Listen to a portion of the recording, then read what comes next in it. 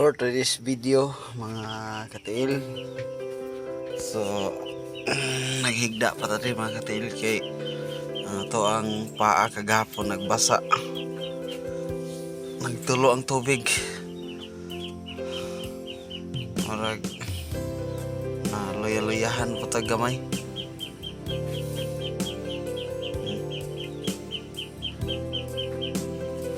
Taro ang paa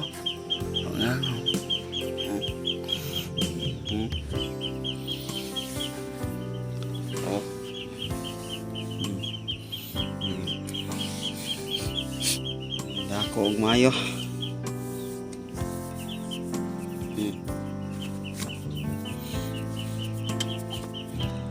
Na dako og mayo mga katiil. Sana man ay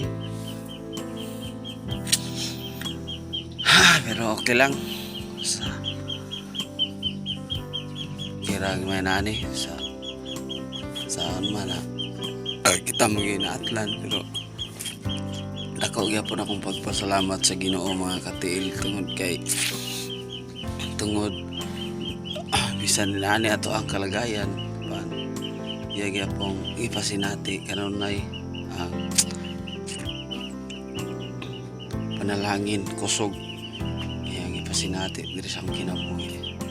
Muna nga lagi rason na dili na to alagaron ng atong buhi na Dios, no?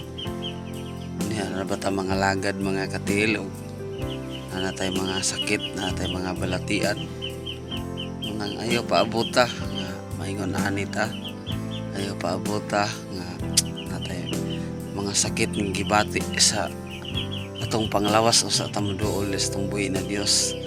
Muna nga ikaw nga galantaw karon, ayaw gipasinati lang na sa ato ang kinabuhi ng mga sakit tungod kay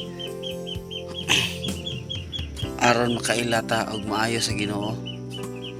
Although ako mo ang konjug ko nga nakaila ko sa Ginoo gumikan sa mga ipasinati niya kanako o kani akong tail, nakaila ko sa Ginoo gumikan ani.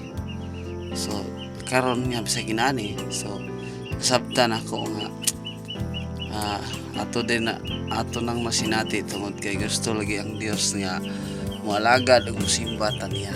Mga nga ikaw karon nga naglantaw dili aksidente nga imo kining makita og makita nimo ni nga karon na video. Ayaw paabota, subukan ko ayaw paabota nga natay mga sakit sa tamuduol sa itong pag-alagad sa itong buhay na Diyos. Mintras wala pati sakit, alagad na sa Ginoo para malikay na ta sa mga balatian, malikay na ta sa mga lala nga mga balatian.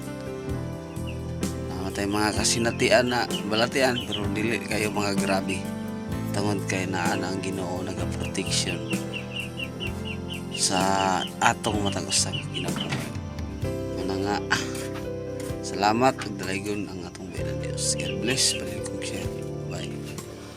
Love you all.